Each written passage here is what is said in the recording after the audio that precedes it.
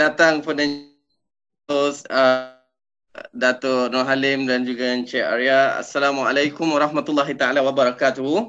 Pertama-tamanya terima kasihlah semua ahli panel yang hari ini dapat meluangkan masa pada pagi ini, walaupun sebentar, tapi kita amat-amat menghargailah sebab dalam orang kata jadual yang amat padat pun berjaya jugalah kita mengumpulkan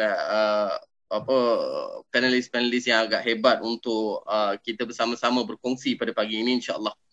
Baik, sedikit pengenalan ya. Kini sudah 4 minggu Perintah Kawalan Pergerakan akibat COVID-19. Pelbagai perasaan dan keadaan dihadapi oleh pelbagai golongan.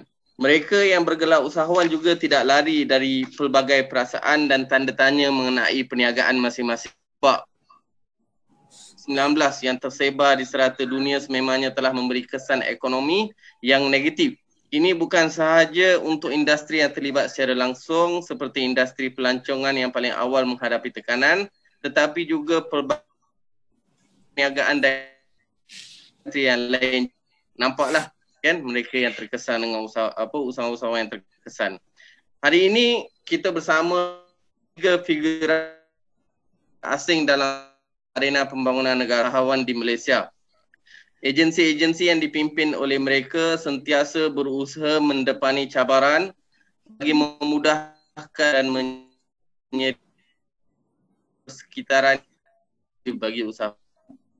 Bersama saya adalah Encik Muhammad Firdaus Azharuddin, Ketua Pegawai Eksekutif Inscan, Encik Arya Putra Ismail, Pengurusi Adfin dan juga Ketua Pegawai Eksekutif SME Bank, dan Datuk Nur Halim Yunus yang merupakan Ahli Majlis Adfin dan juga Ketua Pegawai Eksekutif MTDC.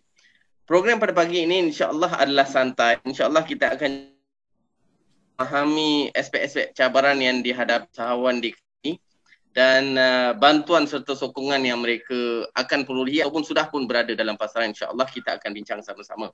Baik, untuk memulakan sesi pada pagi ini, insyaAllah saya mulakan dengan Encik Firdaus dululah. Ya.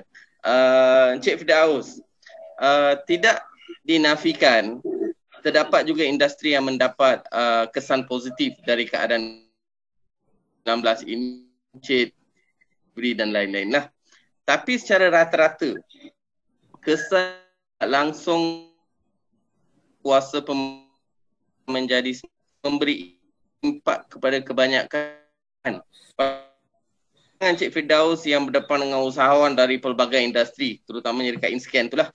Apakah peluang yang Encik Firdaus rasa mesti oleh usahawan dalam PKP ini? Peluang-peluang yang diorang boleh direbut oleh usahawan dalam tempoh PKP ini? Boleh, Encik Firdaus?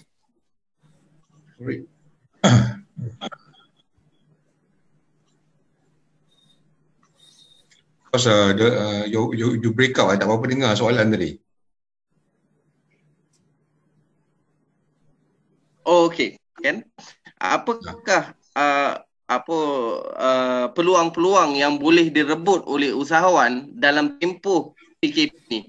Maknanya mereka ada kuasa pembeli yang makin berkurang dan juga pergerakan terhad. Apakah peluang-peluang yang dia orang boleh raih masih begini? Daripada pengalaman Encik Firdaus sendirilah. You start ni soalan yang paling susah sekali. Masa PKP ni tak banyak peluang ada. Sebenarnya semua benda terhad. Okay. Apa yang kita nampak basically mereka yang dapat bergerak pantas dari segi the thing that is still selling on the market right now is still barang makanan, okay, barang-barang keperluan harian, okay, untuk semua orang. Jadi siapa yang usahawan-usahawan yang paling pantas bergerak dari segi macam mana mereka masih boleh supply barang-barang keperluan harian kepada pengguna-pengguna yang masih terkurung di rumah adalah mereka yang still masih beroperasi dan mengambil kesempatan lah, okay, dalam situasi ini. We are not really seeing a pattern whereby consumers beli benda lain. Basically dia hanya membeli barang-barang asas dan akses kepada bahan-bahan asas itu agak tercabar Okay. Jadi sesiapa saja usahawan yang berjaya untuk penetrate market ni dari segi penetrate especially dalam segi distribution, mereka lah yang dapat meraih sedikit market share dalam masa ini lah yang saya nampak. Dari segi benda lain, kita tak berapa nampak orang membeli benda lain yang banyak-banyak pun dalam keadaan sekarang ni. Okay. Saya lihat hari tu satu kalau jelas ya, boleh ya? Kan? InsyaAllah. Saya lihat hari tu, ni soalan saya nak tujukan kepada Datuk Nur Halim. Ya. Datuk, hari tu saya lihat kan saya lihat satu infografik di mana pembelian lingerie sehingga 500% go to online. Dia maknanya dia punya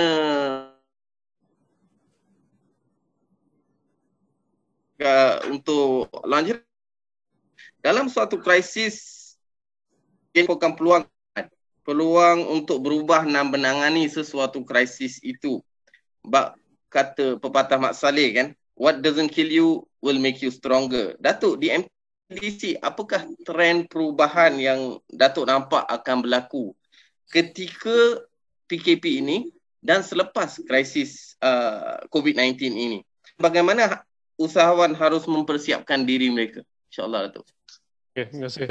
Sebelum tu saya kena jelaskanlah, MTDC tak ada kena-mengena dengan industri lingerie lah. Nanti ada jadi viral pula perbincangan pasal industri ni pada hari ni. Okey, sebenarnya saya rasa betul lah tu, maknanya now dalam keadaan sekarang usahawan kena menunjukkan orang kata sikap keusahawanan yang lebih tinggilah, dan memang kita nampak pun. Ya, saya ada syarikat-syarikat yang produk mereka tak boleh dihasilkan, tapi mereka pergi buat bisnes lain. Ya? Sebab pertama sekali saya rasa dalam keadaan sekarang ni yang paling penting adalah kita perlu menjana aliran tunai kan, sebab cash is important. Kalau tak ada cash selepas PKP ni mungkin kita pun dah jadi bahan sejarah. Jadi yang pertama sekali saya rasa banyak usahawan yang kami biayai, jika syarikat mereka tidak dapat beroperasi, maknanya mereka bukan syarikat dalam industri kesihatan ataupun yang first liner ni, dia orang ni buat kerja macam-macam. Dan walaupun kadang-kadang misalnya saya ada sebuah syarikat yang kita bagi dana, dia dalam industri yang canggih lah, 3D printing, metal 3D printing. Cuma dalam keadaan sekarang ni operasi terhad, dan dalam bidang dia tidak ada order dari hospital dijangka sampai bulan Julai. Tapi apa yang dia dah lakukan adalah dia bekerjasama dengan orang lain dan melihat apa produk yang boleh dihasilkan pada waktu ini, dan produk yang mereka hasilkan adalah PPE yang diperlukan, sangat diperlukan pada waktu sekarang. Jadi saya rasa itu yang pertama, di mana sebagai seorang usahawan, dan saya rasa semua usahawan sama, dia orang akan mencuba apa saja untuk menjana cash flow, aliran tunai ini. Itu yang pertama lah. Yang keduanya, saya rasa dalam keadaan sekarang ini, ya memang kebanyakan industri tidak bergerak, tapi industri kesihatan misalnya, ini adalah satu frontliners dari sudut industri, dan ini sangat penting, dan semua syarikat yang kita bagi dana dalam bidang ini memainkan peranan. Ya. Dan alhamdulillah kalau kita tengok sekarang di Malaysia pun, kita sudah bercakap mengenai medical sufficiency, ataupun kita dulu cakap food security. Sekarang dah ada medical security. Ya. Sebab kita tengok banyak produk-produk yang diperlukan di dalam dunia ini telah dihentikan penghantarannya keluar oleh negara yang menghasilkannya. Ya. Dan kita pun dengar kalau kita baca surat khabar ataupun online news, ada produk PPE yang dikidnap. Dikidnap sebelum dihantar ke luar negara. Jadi maknanya itu adalah satu peluang. Jadi kalau soalan Prasad tadi di masa depan bagaimana yang akan berlaku, saya rasa immediately selepas ini salah satu perkara yang akan berlaku adalah banyak negara akan melihat ke dalam dan melihat apakah industri yang mereka perlu sokong untuk memastikan negara kita, negara mereka akan boleh beroperasi seperti biasa. Sebab orang semua bercakap sekarang ni tentang deglobalization, di mana negara-negara dunia melihat ke dalam, they're looking inward. Bermula dengan Trump beberapa tahun yang lalu kan, America first. Saya rasa perkataan country first ni akan menjadi suatu mantra di mana semua orang akan melihat bagaimana kita boleh mewujudkan suatu sistem ekonomi yang boleh membantu rakyat kita dulu. Jadi yang itu saya rasa adalah peluang dan kita perlu melihat ke depan sekarang ini dan menjangka apakah industri yang akan menjadi tonggak kepada ekonomi negara dalam waktu yang terdekat ni lah. Itu pada pandangan saya lah. InsyaAllah. Terima kasih Datuk. Kan? Memang nampak dah trend tu kan, sekarang ni work from home pun memang dah dulu, itu pun dah menjadi satu trend yang baru jugalah dalam industri. Baik, saya seterusnya kepada Encik Arya kan. Ni kalau sebut bank sahaja Encik Arya kan. Kalau sebut bank sahaja usahawan ramai mengeluh. Kalau sebut pembiayaan sahaja usahawan jadi takut kan. Sudah tersepit dengan PKP, dia kata pembiayaan susah, itu persepsi lah kan kita. Maka soalan saya agak straightforward lah kepada Cik Arya kan. Straightforward and rather simple lah. Susah sangat untuk mohon pembiayaan daripada bank dan kejam sangat ke sistem kat bank ni kan. Usahawan nak tahu kan, dan collateral perlu banyak sangat ke, atau banyak borang perlu diisi ke, atau lulus pun ambil masa yang lama kan. Ini adalah perkara yang selalu bermain dalam apa orang kata minda usahawan. InsyaAllah kalau saya berikan kepada Encik tu betul. Okey. Terima kasih Prasad untuk tanyakan soalan tu. Memang kalau dulu pun masa saya kecil-kecil kan, ayah saya pun berniaga dan turun naik bank, tak dapat pinjaman. Kita pun ada keluhan yang sama. Kenapa bank susah sangat nak bagi pinjaman? Kenapa teruk sangat ke? Tapi sebelum saya menjawab soalan tu, yang untuk menjawab soalan berkenaan dengan pembiayaan dari PKP ni, mungkin saya ingin berkongsi sedikitlah peranan bank. Bank adalah satu institusi kewangan berlesen di mana tugas bank ni ada dua saja. Yang basic function of bank ada dua saja. Basic function. Ada yang basic function dia akan mengambil dana daripada pemberi deposit orang ramai macam kita, dan dengan dana itu dia akan manage dan memberi pinjaman kepada investment ataupun akan beri pinjaman kepada perniagaan-perniagaan lain. So itu adalah basic perbankan. Ada juga perbankan yang lebih canggih yang offer services lebih pada itu. Tapi secara amnya bank ni ambil duit daripada orang ramai dalam bentuk deposit dan manage duit itu dalam bentuk pemberian pinjaman. Jadi tugas bank ni adalah amat berat. Tanggungjawab bank adalah amat berat untuk memastikan duit yang diberikan oleh para pendepositor ni atau orang ramai ni dapat dijaga dengan sempurna dan dapat diberi keuntungan sekiranya ada, dan lebih penting tanpa mengurangkan jumlah yang disimpan. Itu yang lebih penting. So tanggungjawab bank ni agak sangat berat. Melihat dari segi tanggungjawab bank, kena harus menjaga keselamatan pendeposit. Jadi langkah-langkah risk management ni lebih ditekankan lah. Jadi setiap pembiayaan yang diberikan harus memenuhi syarat supaya pinjaman diberikan oleh sesuatu perniagaan itu dapat dibayar kembali. Kemudian untung itu insyaAllah akan dapat dikongsi dengan depositor. So that's why generally bank akan melaksanakan langkah-langkah penelitian dan assessment agar duit yang diberikan itu dapat dibayar kembali. Okey, biar saya jawab pula berkenaan dengan pinjaman sewaktu PKP ataupun dengan lebih tepat lagi SRF lah, Special Relief Fund yang dilancarkan oleh Bank Negara sebanyak 5 bilion ringgit kepada semua financial institution untuk membantu para usahawan. para usahawan harus faham ada dua benda. Satu benda dalam SRF ni. SRF ni setiap pinjaman tu akan diberi akan diberi jaminan oleh CGC ataupun SGPP sebanyak 80%. Di mana 20% lagi again. Okay. Kan? Jadi tak perlu collateral lah kan? Tak perlu tak ada perlu, orang tak dah perlu. ada penjamin ya.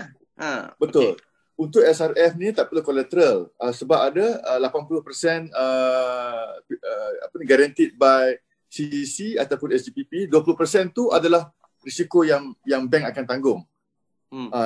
Because ada 20% yang bank akan tanggung, sebab itulah rata-rata commercial bank ni dia mengambil langkah berjaga-jaga tanpa mendiskriminasi para pemohon untuk memastikan duit yang disalurkan itu 20% risiko itu dapat diatasi supaya tidak ada efek kepada pendepositor tadi. That's why ada bank agak kalau saya boleh guna perkataan ni agak strict lah walaupun dalam pemberian bantuan SRF kepada para usahawan. Walau bagaimanapun agak berbeza dengan SME Bank kerana kami funding kami memang daripada pendepositor. Tapi kami mengambil langkah yang lebih proaktif di mana memang kami specialize in SME, where tim kami akan dapat memahami yang lebih jelas apa masalah SME di luar sana. And then juga dalam pemberian SRF ni kami juga telah meringkaskan proses pemohonan. We are doing a templatized financing untuk memastikan kelancaran pemrosesan dan juga pengeluaran wang SRF dalam waktu PKP ini. Alhamdulillah kami telah banyak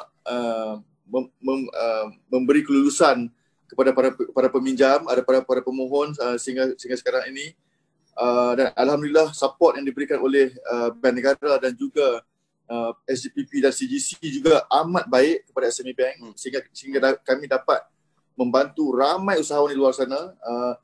Lebih kurang jumlah permohonan yang telah di approve tu lebih kurang 400 juta sehingga setakat inilah. Dan kami masih menerima pemohon-pemohon di luar sana yang bukan pelanggan kami. Alhamdulillah kami dapat menjalankan atau memproses permohonan tersebut dengan lancar setakat ini. Alhamdulillah. Terima kasih Encik.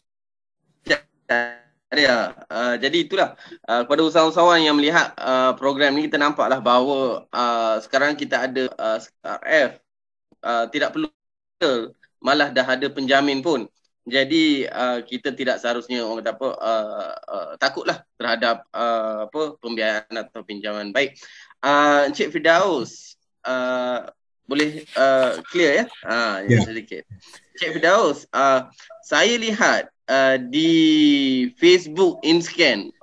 Facebook InScan ni sangat-sangat meriah sebenarnya kan.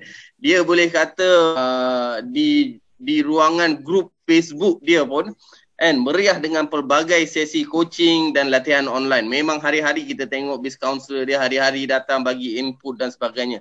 Sangat teruja dengan apa yang disediakan oleh InScan, insya-Allah. Boleh Encik Firdaus terangkan sedikit usaha-usaha InScan dalam masa ini, termasuklah yang kita buat, yang InScan buat dari segi biz coaching online ni, untuk memperkasakan usahawan, insya-Allah. I think bila kita start PKP ni, generally kita ada dua kategori of usahawan lah. Ada usahawan yang memang cepat boleh tangkap what's happening, terus bergerak, okay, adjust produk dia, terus cari distribution channel baru apa semua, dan immediately within a few days dah tiba-tiba je daripada jual roti dia dah jual buah, dia dah jual ikan. Okay, macam Cik Alim cakap lah, these guys memang respect lah, these are true blue, memang fast mover lah. Okay, in a nutshell, diorang ni tak perlu sangat kita nak kita nak risaukan sebab dia akan pandai bergerak. Okay. Also at the same time kita ada juga usahawan yang masih lagi macam dalam holding pattern macam PKP start. Okay. Dan the term that we use amongst each other lah, ni macam tak boleh move on. Benda ni berlaku, kedai tak boleh buka apa semua kan. Okay. Macam tak percaya sebulan tak boleh buka kedai. It took a while for those realities to sink in. Okay. So benda yang pertama kita buat is kita create something like the FB Live yang kita buat. So that kita immediately reach out kepada semua usahawan yang masa tu mungkin rasa kaku sikit. Okay. Right. And then let the reality sink in to everybody. Okay, this is real. This is real. Memang tak boleh bergerak, tak boleh macam ni. Okay. And then the other thing is bagi exposure kepada usahawan-usahawan lain apa yang usahawan-usahawan lain tengah buat untuk bergerak. Okay. Ini ideas how to move. Okay. That was the first thing that we did. Okay. And then we kita converted all of our physical training to online training, which was very difficult for us. Okay. Dan selepas beroperasi selama sebulan, staff saya cakap kat saya, lagi letih ajar online daripada ajar fizikal. Okay. So, tapi again, saya selalu guna analogi ni dengan usahawan juga. Saya kata kami pun macam you all, kami pun kena pivot dan bergerak mengikut pada edaran PKP ni. Okay. Yeah, so we started back our online coaching classes by industry. Then we offered back kita punya training online juga. We are only supposed to do 19 classes bulan April ni. Tapi sebabkan dia demand ni kan, I think we're going almost 40 kot. Okay. Online classes. The same trend kita nampak dekat MDEC. MDEC is running 8-10 kelas satu hari. Okay, the online classes.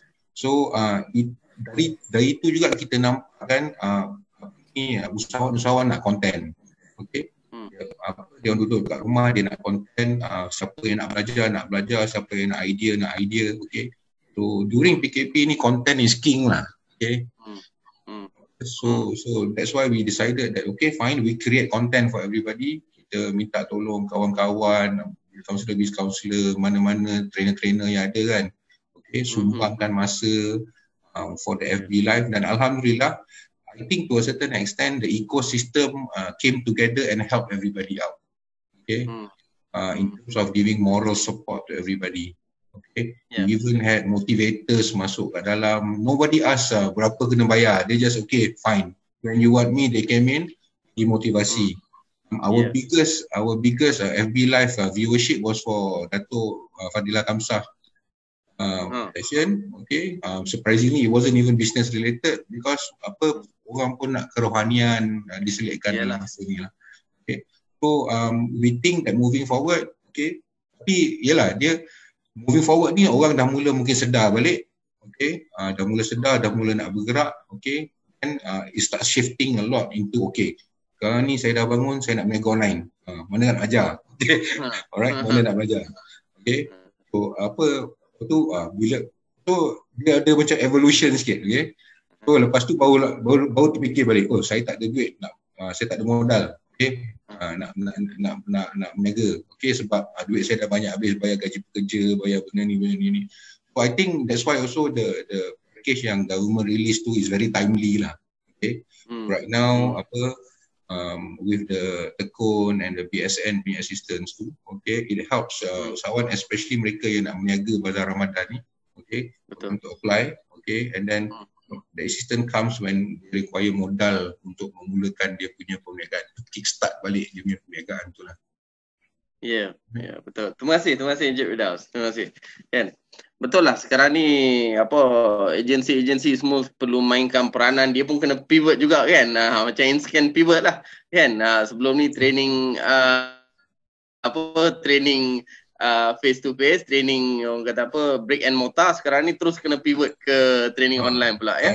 Kami sampai nak convince orang pakai Zoom pun kena pujuk sebab at one stage semua orang cakap pakai Zoom nanti duit dalam bank account hilang kan. Sungguh itu betul. Betul. Masih lagi ada tu, masih lagi ada. Masih ada lagi yang percaya tu lah. Baik, soalan saya seterusnya kepada Dato' Nur Halim kan. MTDC kini memainkan peranan yang amat penting lah dengan orang kata apa dependence on teknologi yang agak orang kata apa at every facet of our lives sekarang ni kan. Teknologi menghubung kaitkan seluruh industri termasuk perniagaan kepada pelanggan. Negara pula sedang menekankan persiapan menghadapi IR 4.0. Datuk, apakah usaha-usaha dan program MTDC yang perlu usahawan berlumba-lumba untuk dapatkan? InsyaAllah. Silakan. Okey. Cuma saya sebut dululah dalam keadaan sekarang ni bila nak cerita pasal teknologi ni mungkin yang paling relevan digital. Cuma kita perlu melihat bidang industri ni luas. Tadi kita bercerita pasal online marketing, generally B2C lah. B2C. Okay. Cuma tadi saya dah sebut dah bila selepas PKP ni dalam jangka masa 2-3 tahun akan datang, suasana ekonomi akan berbeza dan juga suasana pun akan berbeza sebab selagi tak ada vaksin, banyak perkara yang perlu diubah dari segi operasi. Contoh yang paling mudah ialah kalau dulu kita ada kilang, ada 1,000 orang pekerja ataupun beratus orang pekerja. Kalau kita joke, kita kata ada 1,000 bangla lah contoh kan. Ada 1,000 orang kan.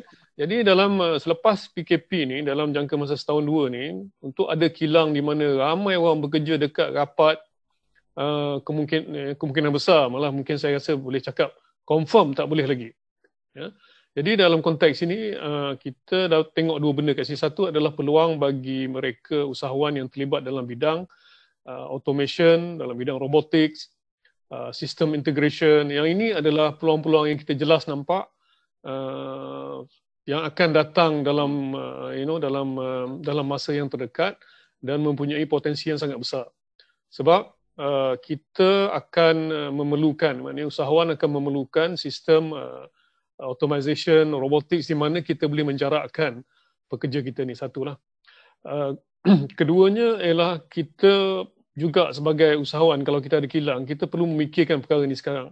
Walaupun kita bukan usahawan ada kilang pun macam saya di MTDC, kita juga memikirkan di mana bagaimana kita boleh mengaturkan sistem kerja kita supaya dia menjadi sesuatu yang kalau tak remote pun dia fleksibel.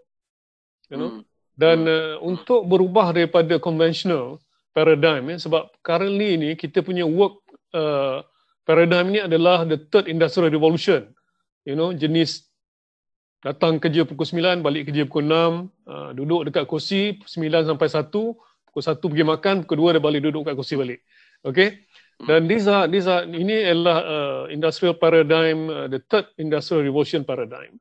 Dan bila kita pindah kepada the fourth industrial revolution paradigm ni, benda ni akan berubah. Dan dalam konteks sekarang kita dah nampak dah. Ya?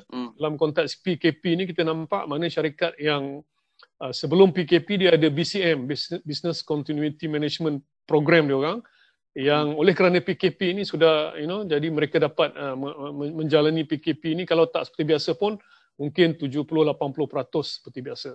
Jadi ini juga dua perkara yang ada dua benda yang kita boleh tengok di sini. Dari sudut usahawan akan ramai orang yang perlu bertukar dan perlu belajar dan perlukan perkhidmatan dalam bidang ini. Tadi Cik Firdaus cakap kan, semua orang nak belajar pasal online. Itulah salah satu contoh di mana perubahan akan berlaku. Dan semua orang akan perlukan pemindahan daripada paradigm the third industrial revolution di mana kita bekerja di pejabat, di depan komputer 9 sampai 6 kepada suatu sistem pekerjaan yang lebih fleksibel. Dan ini memerlukan latihan, memerlukan services offered by entrepreneurs. Ya. Perlu ada entrepreneur yang menjual produk untuk membantu pemindahan operasi syarikat daripada kaedah lama kepada kaedah baru. Yang ini adalah satu peluang yang besar. Macam kita sebut tadi kan, ramai orang nak belajar online. So bila ramai orang nak belajar online, banyak produk yang membolehkan syarikat hadir di atas talian ini diperlukan. So banyak produk yang akan orang beli, banyak pelatihan yang akan diperlukan dan juga banyak perkhidmatan yang akan dapat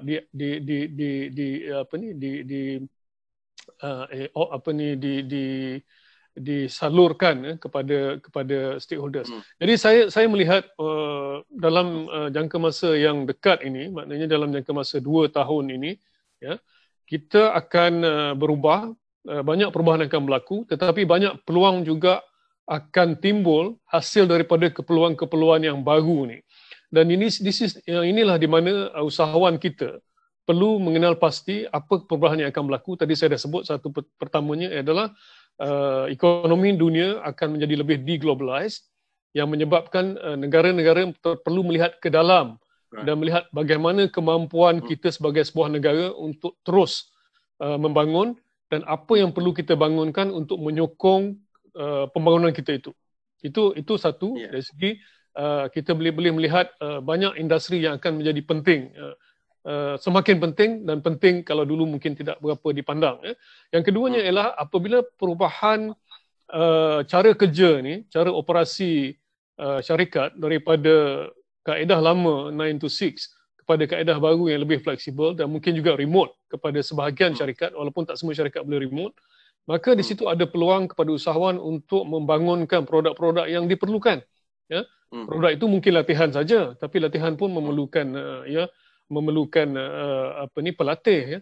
Dan produk itu mungkin juga yang boleh digunakan online. Misalnya, okeylah kalau contoh mudah kita sekarang gunakan Google Docs, di mana orang lain boleh bekerja, collaborate online untuk bekerja, ya.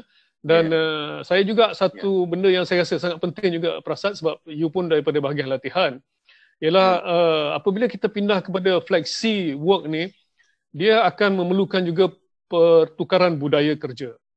Dan ini juga saya rasa banyak peluang kepada trainer-trainer di luar sana bagaimana untuk membangunkan modul, bagaimana kita boleh membangunkan modul untuk perkara ini. Jadi saya rasa ya banyak sudah pasti sebab wabak akan menyebabkan ada setengah pemain yang dia akan wafat. Itu tak dapat nak dinafikan. Ya. Tapi seperti mana juga apa-apa cabaran ekonomi yang dulu pun, akan ada usahawan ataupun industri ataupun subsektor yang menjadi tidak penting ataupun mungkin akan pupus. Tapi akan ada sektor ekonomi yang akan berkembang, dan ini adalah peluang di mana usahawan kita perlu mengenal pasti apa sektor ini dan mempersediakan diri diorang supaya diorang boleh menjadi usahawan yang berjaya dalam bidang ini. Terima kasih Datuk. Input yang sangat bagus untuk usahawan tahu apa yang akan masa depan, terusnya mereka dapat bersiap sedia. Baik, Encik Arya, boleh ya Encik Arya? Saya ada soalan untuk Encik Arya, insyaAllah. Saya sebenarnya dekat sini saya dah ada satu soalan, tapi ada satu juga soalan daripada comment section, kan, yang mungkin kita boleh utarakan jugalah, ya. Okey, soalan daripada saya sendiri, kan, kita tak dapat nafikan kesempitan kewangan yang dihadapi oleh usahawan sekarang ni, kan. Jadi kita nak area sendiri, kan, sekiranya usahawan mau survive this period, quick and easy win, orang kata quick and easy win punya pembiayaan lah, kan. That's saya lah. Dan question daripada comment section pula, mereka bertanya, ada possibility untuk sama ratakan borang-borang permohonan untuk pembiayaan across the banks, kan, biar seragam saja supaya mudah sikit, kan. So itu mungkin Encik Arya boleh address sikit lah, insyaAllah. Okey. Terima kasih Prasad kerana bertanyakan soalan tersebut. Saya amat tertarik dengan komen yang Datuk Halim dan Cik Firdaus bagi. It is reality. People are talking about what kind of opportunity, indirectly, financial needs become secondary. The first thing that you need is to know what you want. What you want to, how to adjust your business. As kita semua tahu, COVID-19 ni has changed the whole landscape of economy around the world. Creating new norm. New opportunity arises. So we cannot be doing the same way seperti yang kita buat sebelum ni. So before kita tanya apakah pinjaman yang ada di luar sana untuk membantu, kita harus tahu sebagai usahawan apa yang kita nak, apa yang kita nak buat.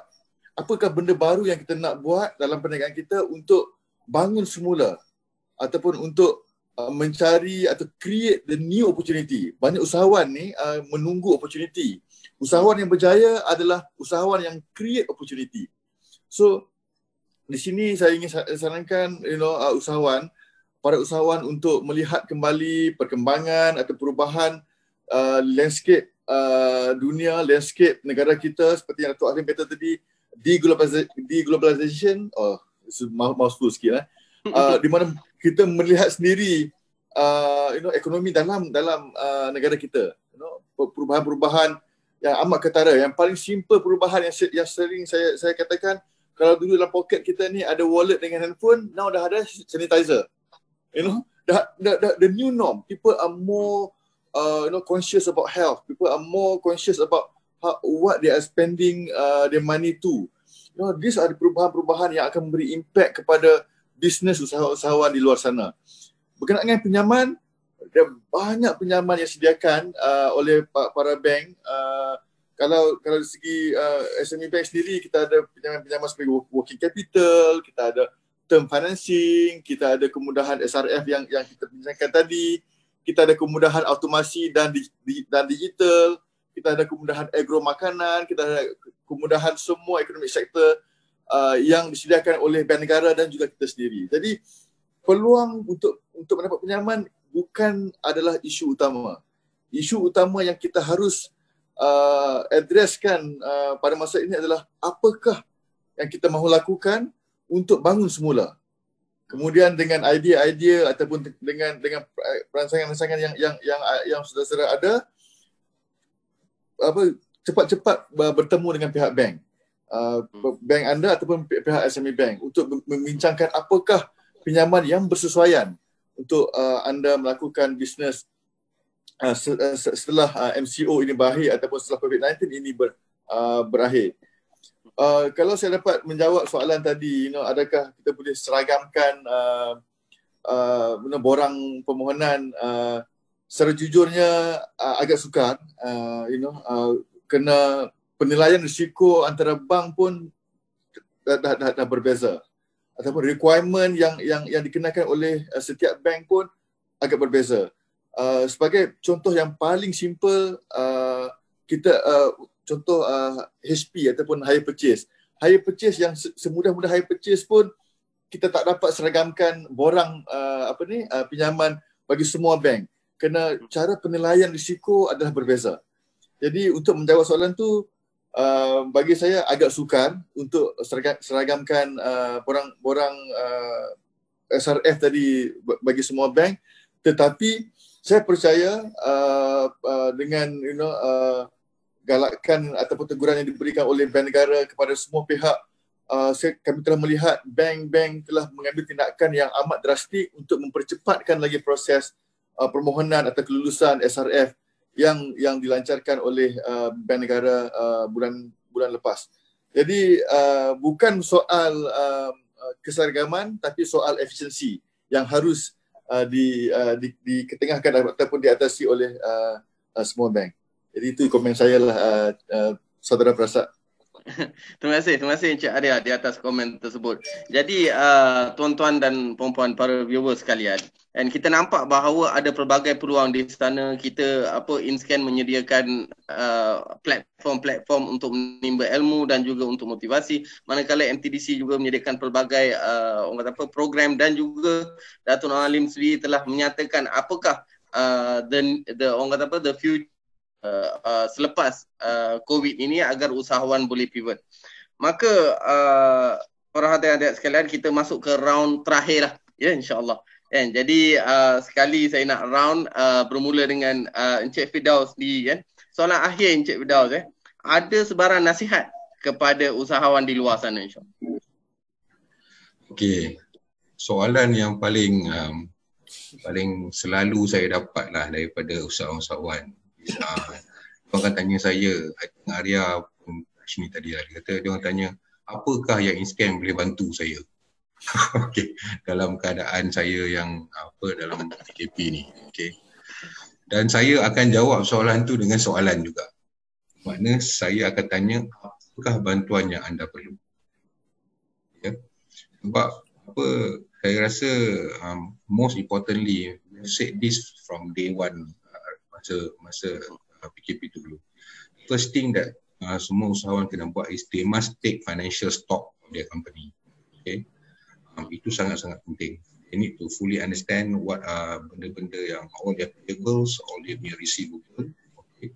Apa hutang yang perlu bayar, apa hutang yang boleh dianjakkan, apa hutang yang government anjakkan. Okay. To come down to a bare minimum apakah keperluan kewangan dia setiap bulan untuk float the company. Okay. Kalau masih belum buat calculation tu, masih belum terlambat, do that calculation now. And after that, we advise them is okay, once you fully understand your financial situation, what you need to float the company, second thing is you must look at your product. Is your product relevant? Adakah produk anda masih relevant dalam market sekarang ni? Okay. Kalau masih relevant, then go to step number 3. Adakah anda punya distribution channel masih bergerak? Okay. So, you ada duit, you ada produk, tapi kalau tak boleh distribute, you tak boleh jalan. So we ask 3 very basic things. Dan kalau sampai ke hujung tu, boleh bergerak, then they have to make constant adjustments. Alright. Yeah. So nasihat ini saya maintain until now still kepada semua usahawan. Okay. Dan please be careful. Okay, baru semalam Prime Minister announced PKP is extended until 12 of May. Okay, so when the PKP is lifted, okay, it's going to be a different ball game lagi sekali. Okay, the market is going to behave a bit differently again because pergerakan akan a bit loose. Okay, so you have to make another adjustment to your product and to your distribution channel. Okay. So, saya takut pula siapa yang dah so-called selesa dengan dia punya produk dengan distribution dia sekarang ni, PKP lifted, get caught. Bila ketang kona tu dia terbabas. Okay. Because they're going into another situation. So that's why I said earlier, usahawan yang cepat, okay, baca market, cepat baca apa yang berlaku, tengok customer, are the ones yang akan really boleh recover secepat mungkin from every single turn. So this is a long run.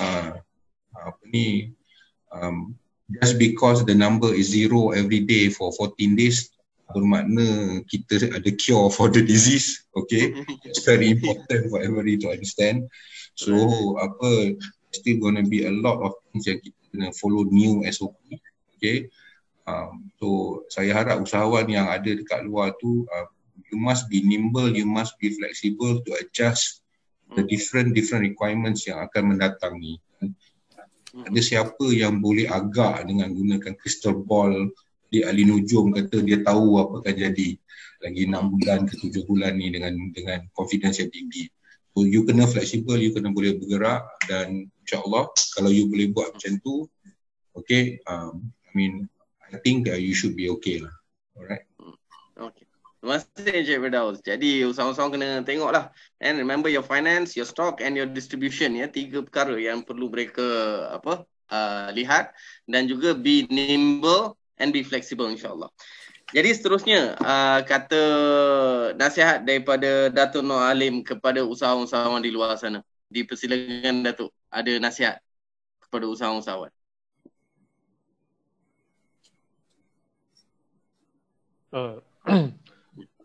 Saya rasa macam saya sebut tadi lah, ya. Yang pertamanya, of course, at this point in time, pada waktu sekarang ini, yang penting adalah cash flow. So yang itu saya rasa penting lah. Yang itu tak perlu nak di-stresskan banyak sangat, tapi perlu disebut sebab apa yang saya akan sebut selepas ini adalah selepas itu. Sebab buat masa ni saya rasa fasa adalah fasa survival. And then mungkin lepas itu kita nak tengok macam mana nak recover. Dan how you recover bergantung kepada apa yang kita nak buat berdasarkan pengamatan dan analisis kita mengenai pasaran. Sebab tadi saya rasa Cik Firdaus sudah sebut, ya. Sebab ada bisnes yang kalau kita dah tengok dah mungkin tak boleh lah. Then how do we recover? So the recovery itu will be akan menjadikan satu perkara yang penting untuk kita. Dan saya juga ingin menekankan bahawa bagaimanapun kita nak melihatnya, masa depan adalah berkenaan teknologi. Dan kita perlu memulakan sekarang dalam keadaan PKP ini untuk melihat apakah option pilihan kita dalam sudut teknologi yang ingin kita gunakan. Sebab kalau kita nak tinggal seperti mana yang sebelum ini, saya rasa itu dah tak boleh berjalan lah. Dan kita perlu mendaki anak tangga teknologi ni. Dan jika kita dalam bidang manufacturing, pembuatan, ada banyak pilihan dan saya ingin menasihatkan kepada semua orang, dan ini adalah satu benda yang saya selalu sebut, iaitu bila kita berbicara pasal teknologi ni, kita bukannya melihat kepada yang paling canggih ada. Sebab bila kita cakap aja teknologi, semua orang kata nak yang paling canggih. Ni tak semestinya. Dan saya ingin menasihatkan di sini bahawa bila kita bercerita pasal teknologi, kita perlu memastikan ada beberapa perkara yang penting. Pertamanya adalah kita dalam keadaan mampu untuk menerimanya. Ya? Maknanya bila kita mampu itu, maknanya pertamanya ialah adakah kita ada tim, ada orang, ada pekerja, dan kita juga yang mampu untuk menerima teknologi ni. Banyak situasi di mana orang beli mesin yang canggih tapi dia tak boleh operate, ataupun dia tak boleh servis. Bila rosak tak tahu apa nak buat. Beli mesin daripada China, robot daripada China, rosak, tunggu sebulan, 2 bulan orang daripada China nak datang. Ataupun kalau beli daripada Jerman ataupun daripada US, lagi teruk. Jadi kita perlu menilai kemampuan diri kita, kat mana kita boleh terima tahap teknologi itu. Jadi saya juga bercerita tadi pasal robotik dan automation. Contoh yang paling mudah. Banyak syarikat ada CNC machine, tapi CNC machine dia manual. Jadi bila kita bercerita pasal teknologi ni, semua orang kata, oh ni you kena beli CNC machine yang baru, yang automatic, kan? Dah nak pakai duit lagi, berapa ratus ribu pula nak belanja, kan? Tapi saya rasa solution ataupun penyelesaian pada masalah ini yang kita boleh lihat ialah bagaimana kita boleh bekerjasama dengan usahawan teknologi tempatan untuk buat retrofit. Kita ada CNC machine, bagaimana kita boleh tambah servo untuk power, bagaimana kita boleh tambah sensor, bagaimana kita boleh tambah control screen, dan kita boleh upgrade kita punya CNC machine yang manual kepada automatic, mungkin 4 axis dalam mungkin dalam 70-80 ribu ringgit. Kalau tak nak beli yang baru, mungkin 200 ribu, 300 ribu ringgit. Jadi walaupun saya bercakap bahawa kita perlu melihat apakah peluang, apakah benda teknologi yang kita perlu ambil, kita perlu mendaki anak tangga teknologi, tapi saya juga ingin mengingatkan bahawa kita tak perlu jadi terpinga-pinga sebab kita nak beli benda yang paling canggih. Itu tak perlu. Ya? Sebab saya rasa banyak syarikat-syarikat pembuatan di Malaysia ini yang perlukan retrofitting, yang boleh buat sistem integration, sebab kita beli banyak mesin. Kan, I think Cik Prasad, engineer, faham benda ni. Kita beli mesin daripada China, beli mesin daripada Jerman, semua ni standalone. Ya? Jadi bagaimana kita nak mendaki anak tangga teknologi, kita perlu bekerjasama dengan syarikat tempatan yang boleh buat sistem integration. Itu saya sebut tadi bahawa masa depan ini mempunyai peluang untuk usahawan mendaki anak tangga teknologi dengan bekerjasama dengan usahawan tempatan yang boleh membekalkan perkhidmatan itu. Jadi kalau kita melihat ini, saya merasakan bahawa usahawan dalam bidang retrofit, usahawan dalam bidang sistem integration, usahawan dalam bidang sensor, data dan big data, ini adalah usahawan yang akan memiliki peluang besar dalam waktu yang mendatang. Dan di samping itu, usahawan kita yang ada keperluan ini, dia juga, saya sebut tadi, boleh mendaki anak tangga teknologi ini setapak demi setapak. Kita tak perlu rush dan beli benda baru dalam keadaan kita tak ada duit. Sebab kadang-kadang kita beli benda mesin yang lebih efisien. Misalnya sekarang mesin kita 1 minit 1. Kita beli mesin baru 1 minit 2, 1 minit 20. Tapi pasaran tak ada. That's not itu macam yang disebut oleh Cik Firdaus tadi. Itu bukan solution. Sebab kita jadi lebih efisien production, tapi pasaran tak ada. Jadi yang ketiga ialah kita juga perlu melihat dalam jangka masa yang terdekat ini, shipping, airline, semua logistik, international logistik ni akan ada cabaran. Dan kita perlu melihat bagaimana kita mengatur program teknologi kita supaya benda ni dapat kita hadapi dengan baik. So saya rasa itulah jawapan pendek untuk beberapa perkara yang dalam berkenaan teknologi yang mungkin kita boleh fikirkan supaya kita dapat membangunkan syarikat kita kepada tahap yang lebih tinggi.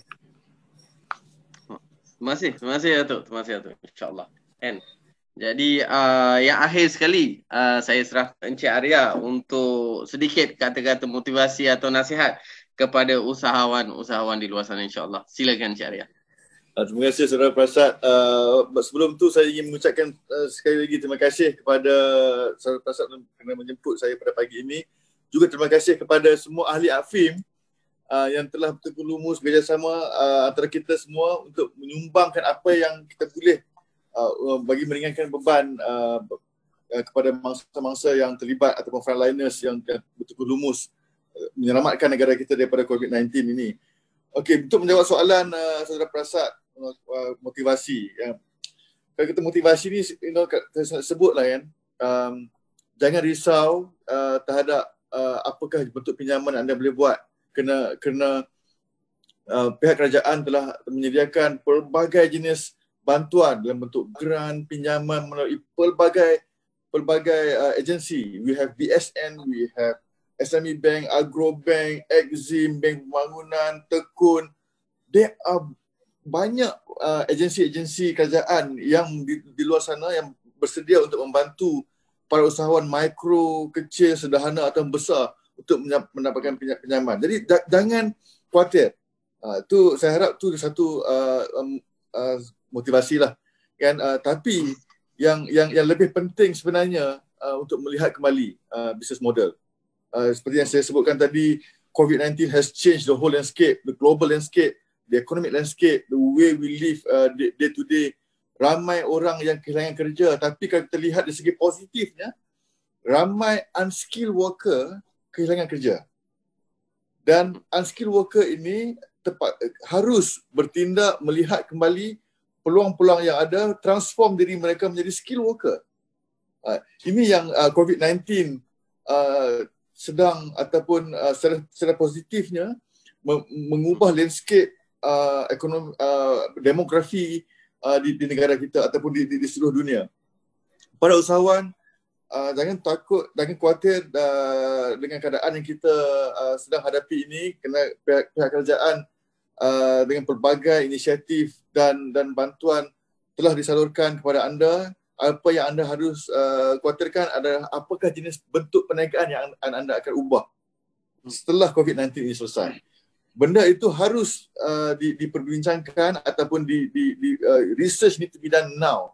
Kita ada InScan, kita ada Magic, kita ada MDEC, kita ada banyak agensi-agensi yang di luar sana bersedia untuk membantu para usahawan untuk mencari atau mengenal pasti new opportunity yang akan timbul setelah ataupun masa COVID-19 ini.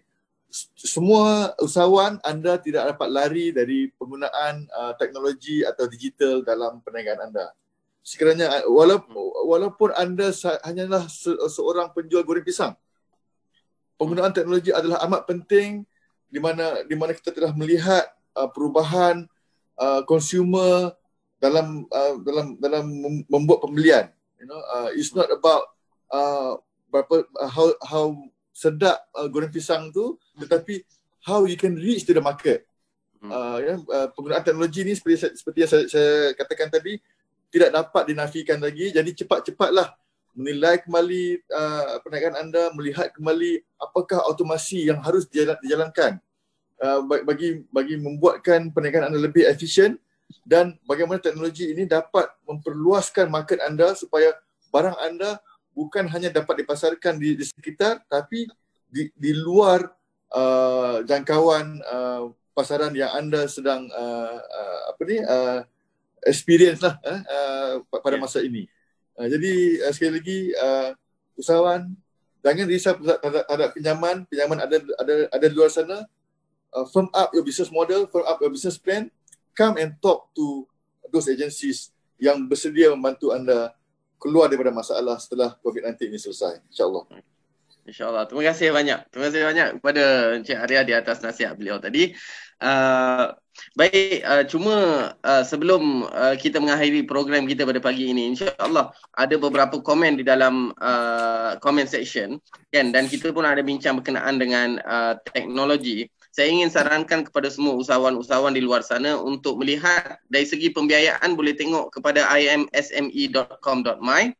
Yang keduanya dari segi marketplace, ada yang bertanya berkenaan dengan marketplace, tuan-tuan boleh melihat kepada SME Bank, Score Access ada di situ, dan kita boleh tengok dari segi bagaimana tuan-tuan dan puan-puan boleh meraih orang kata manfaat daripada kedua-dua digital platform tersebut, insya-Allah.